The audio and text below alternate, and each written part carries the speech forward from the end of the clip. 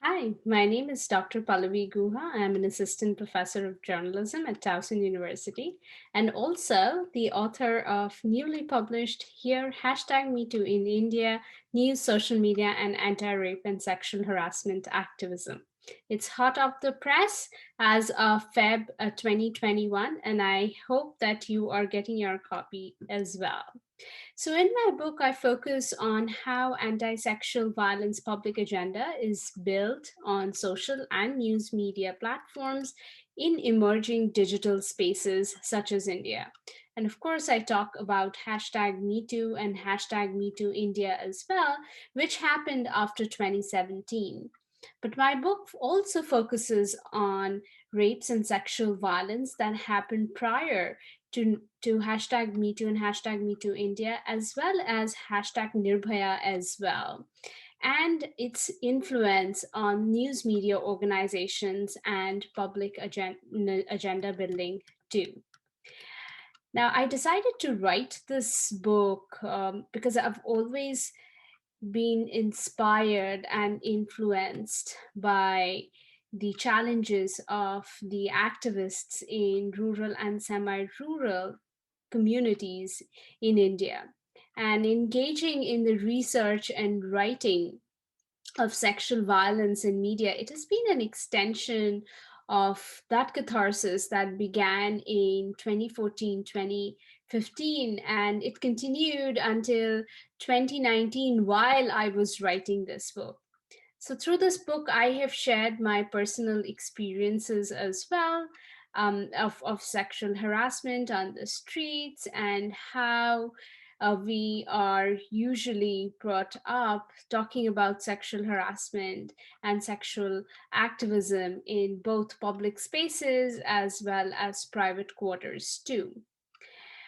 I have been particularly invested in the issue of sexual harassment and rape and sexual assault as well after 2012 when the infamous Delhi gang rape and murder of Jyoti Singh happened. That was that had a very jarring impact and influence on me both personally as well as professionally as an academic, because I've always since then wanted to understand and analyze what makes #Nirbhaya that happened after her brutal gang rape and murder, and that builds a very strong public agenda, political policies, and what neglects the several others, such as Trisha Sanjali and others who I mention in my book. So that was the primary reason of writing this book, where I wanted to understand how activism takes place online as well as offline, and how rural and semi-rural anti-rape feminist activists are involved in taking this forward with or without the help of social media platforms.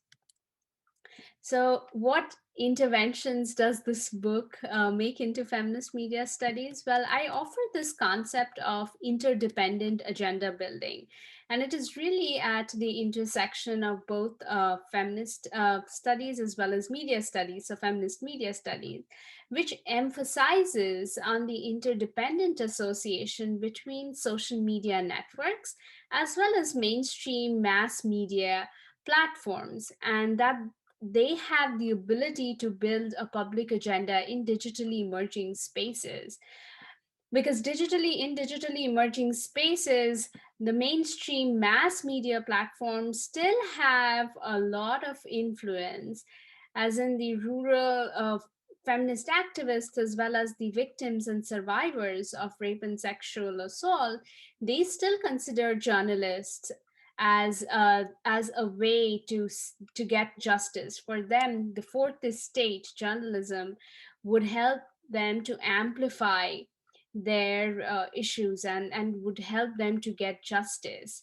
So that is really important whenever we are thinking and talking about digitally emerging spaces. Now, culturally, economically, politically, as well as digitally, India is one of the most diverse countries in the world. So, how does social media and news media react to the activism around rape and sexual assault, that is significant. And there is no doubt that social media empowers the victims as well as the survivors to know about others, to share their experiences. But at the same time, it also puts them in precarious positions because not everyone is able to share their abuse on social media platforms, especially girls and women from rural and semi rural communities and marginalized communities, owing to issues of access. Maybe they are living in closer proximity to their abusers, as well as societal pressures. And this is where journalists and newsrooms come in to investigate, to share news of rape and sexual violence, and not do any kind of gatekeeping. Because, as I said, survivors and activists from rural and marginalized communities still consider them as platforms of justice. So, it's very important in such emerging digital spaces for both the kinds of platforms to work in tandem to support each other. And that was one of the main reasons that I saw when I was reading and studying hashtag Nirbhaya after Jyoti Singh's rape and murder, that both the platforms worked in an interdependent and interconnected way. That the hashtag was created by a newsroom, a news organization, and then social media platforms helped to amplify it.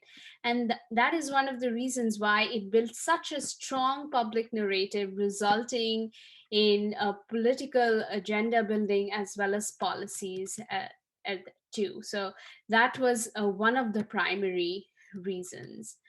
Um, the focus on sexual violence and harassment, I mean, it does become part of a larger public agenda and political narrative as well. But often I ended my book talking about how rape and sexual assault and activism around it is not really part of any political campaign. It's always framed as a scandal, or framed in the larger context of misinformation, especially now. But it's just unfortunate that the activism and political and rape and sexual assault does not receive that kind of attention from our policymakers, and they kind of relegate it and frame it very differently when it comes to political campaigns as well. As far as the pandemic is concerned, I caught up with one of my feminist activists who I had interviewed, and recently we were just talking about how things are, and and several other things, the condition. And what is the condition due to pandemic, and she said that domestic violence and sexual abuse and assault, that has increased quite a bit, manifold, but there is no focus from the news media because the entire focus is on pandemic. But due to the lockdowns, due to women not being able to receive enough help, those incidents have been on the rise, and it is up to the grassroots level activists to support them, to support the survivors and the victims as well. So while doing this research, it was very conversational for me. I interviewed my participants, yes, but at the same time, they interviewed me as well. So it was more like conversational. We chatted for several hours. I mean, I had thought that I would probably spend 30 minutes with each of my participants, but I went back. Sometimes it was over an hour or so, and not one, but a couple of feminist activists from rural and semi-rural marginalized communities in India, they asked me very similar questions about the condition of women in the US, and domestic violence and sexual harassment and abuse, and does it happen here in the US? So that was the question, like, do you have issues of sexual abuse and assault where you are, because we never read about it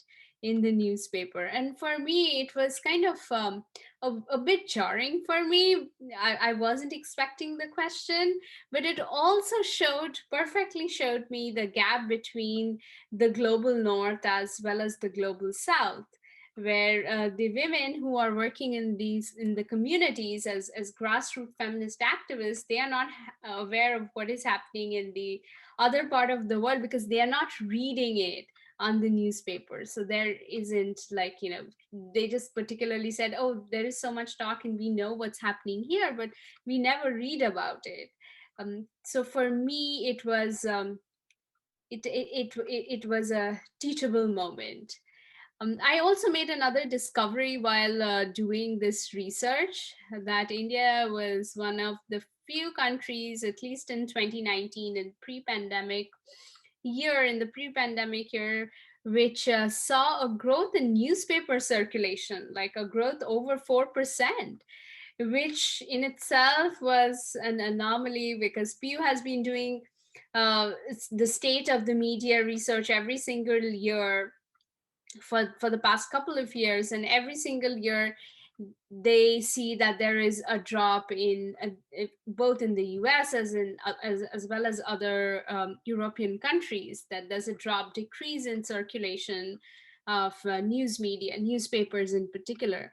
But compared to that, in India, there was a growth, and more news channels are coming up. So it just goes on to kind of show how relevant news media platforms are still in a digitally emerging country, despite the prevalence of social media platforms. Although social media platforms have matured quite a bit in the past couple of years, new features, new platforms, but despite that, the news media is growing. And it kind of shows that how, in this context, the interdependent agenda building would really work well. So, thank you for spending the time with me and trying to understand what my book is all about.